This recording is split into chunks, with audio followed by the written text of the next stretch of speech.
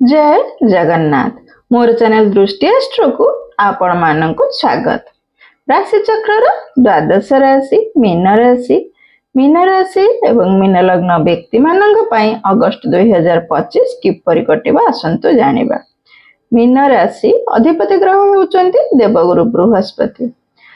ए मास चतुर्थ भाव रे शुक्र देवଙ୍କ सहित जुति करछंती। पारिवारिक किछि सुख ए मास आपण पाई पारंती। शौकीन द्रव्य किछि ए मास आपण किनि पारंती। भ्रमण रे मध्य जाई पारंती।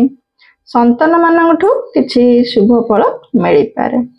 विद्यार्थी मानक पई मध्य भल समय। वैवाहिक जीवन रे मनांतर लागि रहिबो। जो मानकर कुंडली रे मंगल दोष अछि एवं मंगल देव सप्तम भाव रे रही गोचर रे मध्य मंगल दोष सृष्टि करूछंती से मानक जीवन रे बेसी समस्या देखा देबो। तेणु आपस बुझाबणा रे समाधान करंतु।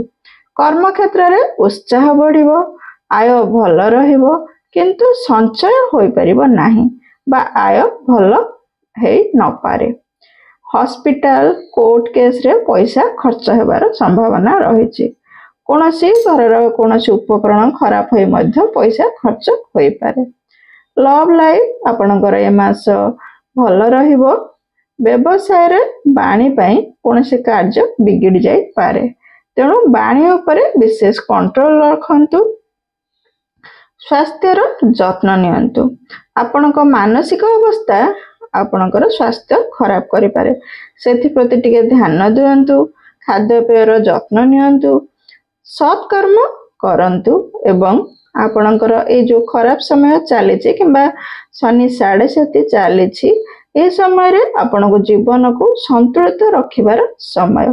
धैर्य धरी आपण समस्त समस्यार समाधान करंतु।